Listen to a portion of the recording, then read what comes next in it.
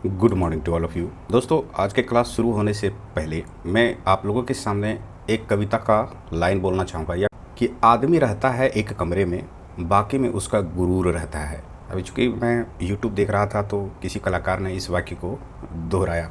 इस ज़माने के परिप्रेक्ष्य में इसका शाब्दिक अर्थ क्या होता है, ये मैं आपको बताना चाह रहा हूँ कि एक इंसान की असल ज़िंदगी या उसकी सच्चाई बहुत सीमित होती है। जैसे वो एक कमरे में रहता है जहाँ वो अपनी असली रूप में रहता है, बिना किसी दिखावे के, बिना किसी अहंकार के, बिना आत्मोगता के, है ना, जो होता है ना नार्सिस्ट बिहेवियर का। तो यहाँ पर कमरे का अर्थ होता है कि कोई एक इंसान है, वो अपने जीवन में स्ट्रगल कर रहा है, तो जीवन से उसका रिलेट किया है एक कमरे से। लेकिन जैसे ही उसके जीवन में कोई उपलब्धि आ जाती है तो वही व्यक्ति में क्या आ जाता है, अहंकार आ जाता है, गुरूर आ जाता है, दिखावा आ जाता है। तो एक तरह से ये वाक्य जो है एक व्यंग भी है, जो कहता है कि लोग अपनी सच्चाई को छुपाकर बाहर की दुनिया में अपने बनावटी व्यक्तित्व को पेश करते हैं। फिलॉसफी के नज़रिए से अगर सोचें, अगर आप यूपीएससी की तैयारी कर रहे हैं, बीपीएससी की तैयारी कर रहे हैं, तो ऐसे तो लिखना ही होता है। गहराई से सोचने पर यह हमें मजबूर करता है कि हम कितना समय सच होने में बिताते हैं और कितना समय दिखावे में बिताते हैं। तो ये था आज का फिलॉसफी। शुरुआत करते हैं आज के पहले एमसीक्यू से, लेकिन उससे पूर्व में आपसे गुजारिश है कि ये वीडियो अगर आपको पसंद आए तो कृपया लाइक करें, सब्सक्राइब नहीं किए हैं तो सब्सक्राइब अवश्य करें। और एक बात और है कि इससे पूर्व में हम लोगों ने लगभग 13 प्रैक्टिस सेट, जो कि 50 क्वेश्चन का एक प्रैक्टिस सेट था, उसकी चर्चा कर चुके हैं। उसे आप नहीं देखे हैं तो प्लेलिस्ट पर जाकर अवश्य देख लें। तो शुरुआत करते हैं आज के पहले प्रश्न से। प्रश्न है कि हुरून इंडिया की परोपकारी कार्यों हेतु दानवीरों की सूची में किसे प्रथम स्थान प्राप्त हुआ है। एक का उत्तर है ऑप्शन बी का शिव नाडर को प्राप्त हुआ है ये खिताब। यहाँ पर बता दूं कि हुरून इंडिया एक शोध संगठन है जो भारत के धन, उद्यमिता और व्यापार से संबंधित विभिन्न क्षेत्रों पर ध्यान देता है। इसका कार्य यही है कि वैश्विक स्तर पर सबसे धनी व्यक्तियों, उद्यमियों और व्यवसायों की रैंकिंग करना, साथ ही साथ उसका विश्लेषण करना। तो इसी लिस्ट में शिव नाडर साहब को परोपकारी कार्यों हेतु दानवीरों की सूची में प्रथम स्थान प्राप्त हुआ है। अगर पूछ दे कि हुरून इंडिया के अनुसार भारत में कितने अरबपति हैं, तो इसमें बताया गया है कि 284 अरबपति भारत में हैं, जिनकी कुल संपत्ति 98 लाख करोड़ रुपये है, जो कि भारत के जीडीपी का लगभग 1/3 है। इसमें प्रथम स्थान पर रखा है मुकेश अंबानी को, जिसकी कुल संपत्ति 8.6 लाख करोड़ रुपये है। इसके बाद गौतम अडानी का नाम आता है, जिसकी कुल संपत्ति 8.4 लाख करोड़ रुपये है। और थर्ड पोजीशन पे नाम है रोशनी नडार का, जिसकी कुल संपत्ति 3.5 लाख करोड़ रुपये है। तो ये था डिटेल में हुरून इंडिया से संबंधित महत्वपूर्ण फैक्ट। प्रश्न है, रियाद मेट्रो के संचालन हेतु हैदराबाद की किस महिला लोको पायलट का चयन किया गया। दूसरा उत्तर है डी, इंदिरा ईगलपति को चुना गया है लोको पायलट के रूप में। कहाँ, तो रियाद मेट्रो के संचालन हेतु। प्रश्न है कि आर्थिक सर्वेक्षण 2023-24 के अनुसार भारत में महिला श्रम बल की भागीदारी कितनी है। तीसरा का उत्तर है ऑप्शन सी 37%। ये है महिला श्रम बल की भागीदारी। याद रखें, महिलाओं से जुड़े हुए प्रश्न जो होता है खास करके इकोनॉमी के सेक्टर में, वो अक्सर पूछे जाते हैं। पिछले एग्जामिनेशन जो कि बीपीएससी का हुआ था, उसमें भी इस तरह के प्रश्न पूछे गए थे कृषि के क्षेत्र में। प्रश्न है, किस कंपनी को लगातार 9वें वर्ष भारत में महिलाओं के लिए सर्वश्रेष्ठ कंपनी 2024 में से एक के रूप में मान्यता मिली है। चौथा उत्तर है option A DBS bank India. यहाँ पर बता दूं कि डीबीएस बैंक जो है ये सिंगापुरियन मल्टीनेशनल बैंकिंग कंपनी है, जो बैंकिंग और फाइनेंस से जुड़े हुए सर्विस प्रोवाइड करती है। शाखा भारत में भी है। प्रश्न है कि 18वां प्रवासी भारतीय दिवस 2025 सम्मेलन का आयोजन कहाँ किया गया। इसका उत्तर है बी, भुवनेश्वर में किया गया था, है ना। कौन सा प्रवासी भारतीय है इसे भी याद रखना है, तो 18वां प्रवासी भारतीय दिवस है। प्रश्न है, विश्व का पहला हाई एल्टीट्यूड वाला पैरा स्पोर्ट सेंटर कहाँ स्थापित किया गया है।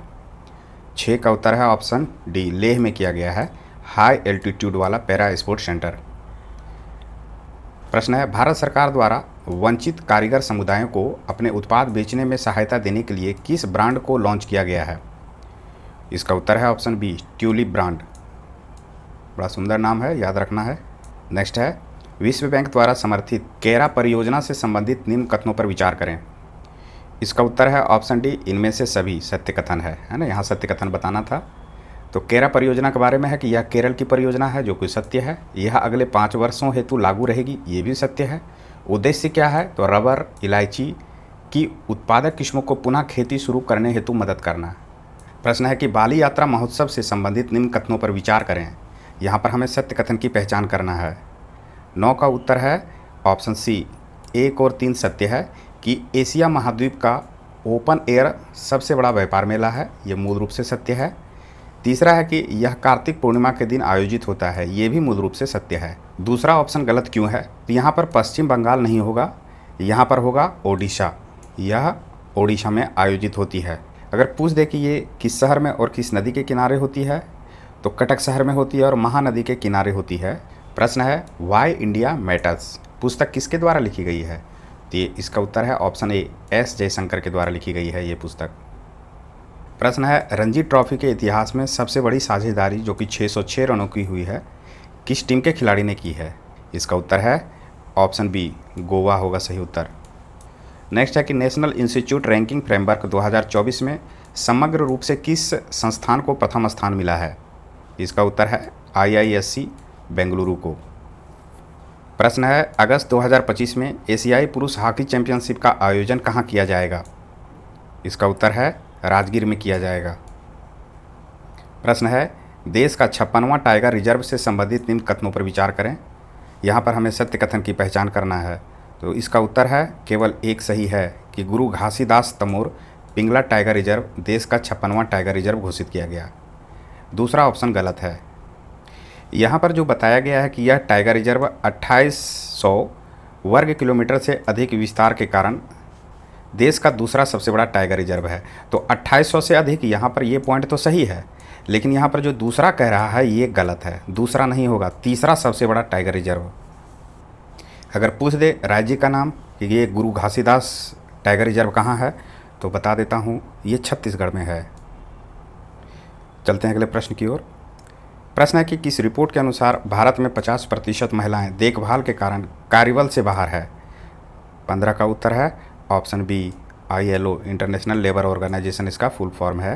तो ILO का जो रिसर्च होता है खास करके महिलाओं के क्षेत्र में बताया है कि सांस्कृतिक मानदंड जो भारत में है, साथ ही साथ शिक्षा का स्तर जो है और महिलाओं को मिलने वाले सीमित अवसर एवं ऑर्गेनाइजेशन का बुनियादी ढांचा इसके लिए प्रमुख जिम्मेदार है। अगले प्रश्न की ओर चलते हैं। 2024 में दिल्ली मेट्रो में महिला ड्राइवरों द्वारा चलाई जाने वाली सेवा कौन सी है? 16 का उत्तर है ऑप्शन डी, सी राइड्स। देखिए यहाँ पर जो दिल्ली मेट्रो के द्वारा ये सेवा प्रोवाइड किया जा रहा है, उच्चारण में इसे सी राइड्स कहते हैं। तो ये दिल्ली मेट्रो की विशेष रूप से महिलाओं के द्वारा प्रोवाइड किया जाने वाला सर्विस है, जो पूर्णतः इलेक्ट्रिक वाहन बेड़े का उपयोग करते हुए साथ ही साथ पर्यावरण अनुकूल स्कूटर टैक्सी सेवा प्रदान करती है ना। ये सेवा जो है मुख्य रूप से महिला यात्रियों को यात्रा करने में सक्षम बनाती है, साथ ही महिला चालकों के लिए ये रोजगार के अवसर भी प्रदान करती है। तो ये था सी राइड्स का प्रमुख फैक्ट। चलते हैं अगले प्रश्न की ओर। प्रश्न है किस कंपनी को ग्रीन वेल्थ अवार्ड 2024 से सम्मानित किया गया? तो 17वां का उत्तर है ऑप्शन बी, कोल इंडिया लिमिटेड को ऐसा पुरस्कार मिला है। प्रश्न है किस महिला को गणित के क्षेत्र में इन्फोसिस पुरस्कार 2024 से सम्मानित किया गया है? 18 का उत्तर है ऑप्शन सी को नीना गुप्ता होगा सही उत्तर। प्रश्न है भारत के नए संचार उपग्रह GSAT N2 से संबंधित निम्न कथनों पर विचार करें। यहाँ पर हमें असत्य कथन की पहचान करना है। इसमें से है कोई भी कथन इनमें से असत्य नहीं है, यानी कि सभी कथन सत्य है। पहला है कि SpaceX ने फाल्कन 9 रॉकेट के माध्यम से लॉन्च किया गया। दूसरा है कि इस उपग्रह का वजन 4700 किलोग्राम है, ये भी सत्य है। तीसरा है कि इससे हवाई जहाज़ में उड़ान के दौरान मोबाइल इंटरनेट सुविधा मिल सकेगी, ये भी सही है। मतलब कि इस उपग्रह से जो कि GSAT N2 है ना, इसके लॉन्च होते ही हवाई जहाज़ में उड़ान के दौरान भी लोग मोबाइल सेवा का लुत्फ़ उठा सकते हैं। प्रश्न है सर्वोच्च न्यायालय के किस न्यायाधीश को सर्वोच्च न्यायालय विधिक सेवा समिति SC-LAC कहते हैं का अध्यक्ष मनोनीत किया गया है? 20 का उत्तर है ऑप्शन ए, सूर्यकांत को। प्रश्न है विश्व सैन्य चैंपियनशिप 2024 में महिला वर्ग कुश्ती जो कि 76 किलोग्राम में था, किसने स्वर्ण पदक जीता? 21 का उत्तर है ऑप्शन डी, रितिका हुड्डा ने स्वर्ण पदक जीता है विश्व सैन्य चैंपियनशिप में। अगला प्रश्न है कि नवंबर 2024 में किस राज्य सरकार ने इलेक्ट्रिक वाहनों के लिए रोड टैक्स एवं पंजीयन शुल्क पर 100% छूट प्रदान की है? इसका उत्तर है ऑप्शन सी, तेलंगाना सरकार ने, है ना। किसके लिए? तो इलेक्ट्रिक वाहनों के लिए। नेक्स्ट है कि राष्ट्रीय शैक्षिक सम्मेलन ज्ञान कुंभ से संबंधित निम्न कथनों पर विचार करें। 23 का उत्तर है ऑप्शन सी, 1 और 2 दोनों सत्य है। इसका आयोजन पुदुचेरी में किया गया, जो कि पूर्व में पौंडीचेरी के नाम से जाना जाता था, ये भी सत्य है। यह सम्मेलन शिक्षा संस्कृति उत्थान न्यास द्वारा अखिल भारतीय तकनीकी शिक्षा परिषद, जिसे कि AICTE कहते हैं, के सहयोग से आयोजित किया गया। तो इस तरह से पहला और दूसरा दोनों सत्य है। तो यहाँ पर हमें ज्ञान कुंभ याद रखना है। अगला प्रश्न है कि 13वां राष्ट्रीय बीज कांग्रेस का उद्घाटन केंद्रीय कृषि एवं किसान कल्याण मंत्री शिवराज सिंह चौहान द्वारा कहाँ किया गया? 24 का उत्तर है ऑप्शन बी, वाराणसी में किया गया। अगला प्रश्न है कि सूर्ययान मिशन 1 को कब प्रक्षेपित किया जाएगा? 25 का उत्तर है ऑप्शन डी, 2028 में प्रक्षेपित किया जाएगा। अगले प्रश्न की ओर चलते हैं। प्रश्न है कि IPL नीलामी में साइन किए जाने वाले सबसे कम उम्र के खिलाड़ी वैभव सूर्यवंशी का संबंध किस राज्य से है? तो इसका उत्तर है ऑप्शन ए, बिहार से। कमेंट बॉक्स में बोलें कि ये किस ज़िले से है ना, ज़िला का नाम आपको बताना है। नेक्स्ट है कि हिंद्रिज फाउंडेशन एवं IMD द्वारा जारी सतत व्यापार सूचकांक 2024 में कौन सा देश लगातार तीसरे वर्ष शीर्ष पर रहा? इसका उत्तर है ऑप्शन सी, न्यूजीलैंड। प्रश्न है अग्नि युद्ध 2024, जिसे कि संयुक्त सैन्य अभ्यास भारतीय सेना और किस देश की सेना के बीच संपन्न हुआ? 28 का उत्तर है ऑप्शन बी, सिंगापुर होगा इसका सही उत्तर। प्रश्न है फॉर्चून 100 शीर्ष प्रभावशाली उद्योगपतियों की सूची में प्रथम स्थान किसे मिला? 29 का उत्तर है ऑप्शन सी, एलन मस्क है प्रथम स्थान पर। अगला प्रश्न है कि हाल ही में संपन्न चुनाव में किस पार्टी की करारी हार के बाद ऋषि सुनक ने इस्तीफा दे दिया? इसका उत्तर है कंजर्वेटिव पार्टी। ऋषि सुनक क्या थे? तो ब्रिटेन के प्रधानमंत्री थे। इनकी पार्टी की हार हुई चुनाव में, जिस कारण से इन्होंने इस्तीफा दे दिया। प्रश्न है दुनिया के सबसे बड़े डायनासोर कंकाल की नीलामी कहाँ की गई है? 31 का उत्तर है डी, पेरिस में किया गया है। अगला प्रश्न है किस देश ने 16 वर्ष से कम उम्र के बच्चों को सोशल मीडिया इस्तेमाल पर प्रतिबंध लगा दिया है? इसका उत्तर है ऑस्ट्रेलिया। प्रश्न है किस यूरोपीय देश ने 1 जनवरी 2025 को बुर्का पर प्रतिबंध लागू करने की घोषणा की है? 33 का उत्तर है ऑप्शन बी, स्विट्जरलैंड ने। प्रश्न है किस देश ने भारत सहित 14 देशों के छात्रों के लिए स्टूडेंट डायरेक्ट स्ट्रीम, जिसे SDS कहते हैं, वीज़ा कार्यक्रम को बंद करने की घोषणा की है? इसका उत्तर है कनाडा। प्रश्न है भारत के रक्षा निर्यात में कौन सा देश प्रमुख गंतव्य बनकर उभरा है? इसका उत्तर है आर्मेनिया। नेक्स्ट है ब्रिक्स देशों के युवा साइंटिस्ट फोरम से संबंधित निम्न कथनों पर विचार करें। यहाँ पर हमें सत्य कथन की पहचान करना है, जिसमें से बोला गया है कि इनमें से सभी कथन सत्य हैं। पहला है इसका आयोजन रूस में किया जा रहा है, ये मूल रूप से सत्य है। दूसरा है कि इसमें 40 वर्ष से कम उम्र के साइंटिस्ट शामिल होते हैं, ये भी मूल रूप से सत्य है। तीसरा है कि इसमें IIT पटना के सहायक प्रोफेसर डॉक्टर अभिनय कुमार सिंह को भी शामिल किया, ये भी सत्य है। चलते हैं अगले प्रश्न की ओर। प्रश्न है किस देश ने लिग्नोसेट नामक दुनिया का पहला लकड़ी का उपग्रह विकसित किया है? 37 का उत्तर है ऑप्शन बी, जापान ने किया है लिग्नोसेट नामक लकड़ी का उपग्रह विकसित। प्रश्न है इंटरपोल के नए महासचिव कौन बने हैं? 38 का उत्तर है ऑप्शन सी, वाल्डेसी उर्किजा बने हैं इंटरपोल के महासचिव, इसे भी याद रखना है, BBI है। प्रश्न है राष्ट्रीय विधिक सेवा प्राधिकरण, जिसे नालसा कहते हैं, से संबंधित निम्न कथनों पर विचार करें। यहाँ पर हमें सत्य कथन की पहचान करना है। 39 का उत्तर है डी, इनमें से सभी कथन सत्य है। पहला है कि नालसा का गठन विधिक सेवा प्राधिकरण अधिनियम 1987 के तहत 1995 में किया गया, ये सत्य है। दूसरा है कि न्यायाधीश सूर्यकांत को नालसा का कार्यकारी अध्यक्ष नियुक्त किया गया, ये भी सत्य है। तीसरा है कि यह समाज के कमज़ोर वर्गों को मुफ्त कानूनी सेवाएं प्रदान करता है, ये भी मूल रूप से सत्य है। प्रश्न है भारत ने किस वर्ष के लिए ओलंपिक मेजबानी का दावा पेश किया है? 40 का उत्तर है सी, 2036 के लिए। अगला प्रश्न है कि FIH हॉकी स्टार्स अवार्ड 2024 से संबंधित निम्न कथनों पर विचार करें। यहाँ पर हमें सत्य कथन की पहचान करना है। तो 41 का उत्तर है ए, जिसमें से सर्वश्रेष्ठ खिलाड़ी हरमनप्रीत सिंह को मिला है, ये सत्य है। दूसरा है सर्वश्रेष्ठ गोलकीपर PR श्रीजेश को दिया गया, ये भी सत्य है। इसका आयोजन दुबई में नहीं हुआ था, कहाँ हुआ था? मस्कट, ओमान में इसका आयोजन हुआ था। अगर पूछ दे कि अंतर्राष्ट्रीय हॉकी महासंघ का मुख्यालय कहाँ स्थित है, तो इसका उत्तर होगा स्विट्जरलैंड के लुसाने में स्थित है। प्रश्न है मिस ग्रैंड इंटरनेशनल 2024 का खिताब जीतने वाली पहली भारतीय महिला कौन बनी? 42 का उत्तर है ऑप्शन ए, रेचल गुप्ता बनी है। प्रश्न है वैलेन डी और पुरस्कार 2024 से संबंधित निम्न कथनों पर विचार करें। यहाँ पर हमें असत्य कथन की पहचान करना है। 43 का उत्तर है इनमें से कोई नहीं असत्य है, सभी सत्य है। तो वैलेन डी पुरस्कार पुरुष वर्ग में स्पेन के मिडफील्डर रोड्री को मिला है। दूसरा है महिला वर्ग में स्पेन के मिडफील्डर एतना बोनमाती को मिला है ना। ये महिला वर्ग की है बात, ये पुरुष वर्ग का बात है, इसे याद रखना है। लेकिन वैलेन डी पुरस्कार होता है किस क्षेत्र में, ये भी आपको जानना जरूरी है। तो बता दूं कि दुनिया भर के जितने भी पेशेवर फुटबॉलर हैं उन्हें यह पुरस्कार दिया जाता है। अगला प्रश्न है भारत के लिए एक दिवसीय क्रिकेट से सबसे अधिक शतक बनाने वाली महिला क्रिकेटर कौन बनी? 44 का उत्तर है ऑप्शन बी, स्मृति मंधाना बनी है। प्रश्न है गोवा में आयोजित 55वें अंतर्राष्ट्रीय फिल्म महोत्सव में सर्वश्रेष्ठ फिल्म का गोल्डन पीकॉक पुरस्कार किस फिल्म को मिला? 45 का उत्तर है ऑप्शन सी, टॉक्सिक को मिला है सर्वश्रेष्ठ गोल्डन पीकॉक पुरस्कार। प्रश्न है अंडर-8 विश्व कैडेट शतरंज चैंपियनशिप का खिताब किसने जीता? 46 का उत्तर है ऑप्शन बी, दिविथ रेड्डी ने जीता है।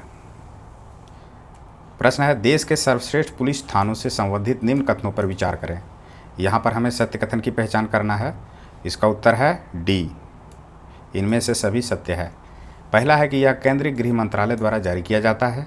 द्वितीय है कि प्रथम तथा द्वितीय स्थान पर क्रमशः राजेंद्र नगर थाना जो कि तेलंगाना में है, इसे पटना मत समझ लीजिएगा, ये तेलंगाना की बात कर रहा है, तथा पट्टापुर VS थाना जो कि ओडिशा में है, इसे दूसरा स्थान मिला है और राजेंद्र नगर थाना को पहला स्थान मिला है। देश का 7वां सर्वश्रेष्ठ थाना राजीव नगर थाना ये पटना को चुना गया है ना। ये भी याद रखना है, ये एग्जामिनेशन में पूछ सकता है, खास करके BPSC के एग्जामिनेशन में, हो सके तो बिहार सचिवालय जो आने वाला है उसके एग्जामिनेशन में भी पूछ सकता है। चलते हैं अगले प्रश्न की ओर। प्रश्न है डेविस कप खिताब किस देश ने नीदरलैंड को हराकर जीत लिया? 48 का उत्तर है इटली। यहाँ पर बता दूं कि अगर पूछ दे कि डेविस कप किस खेल से जुड़ा हुआ है, तो ये टेनिस खेल से संबंधित है ना, ये टेनिस से जुड़ा हुआ है। अगला प्रश्न है भारत के पहले संविधान संग्रहालय का उद्घाटन लोकसभा अध्यक्ष द्वारा कहाँ किया गया? 39 का उत्तर है ऑप्शन सी, सोनीपत में किया गया। सोनीपत कहाँ है? तो हरियाणा में है। अगर पूछ देगा किस राज्य में किया गया, तो याद रखना है हरियाणा होगा सही उत्तर।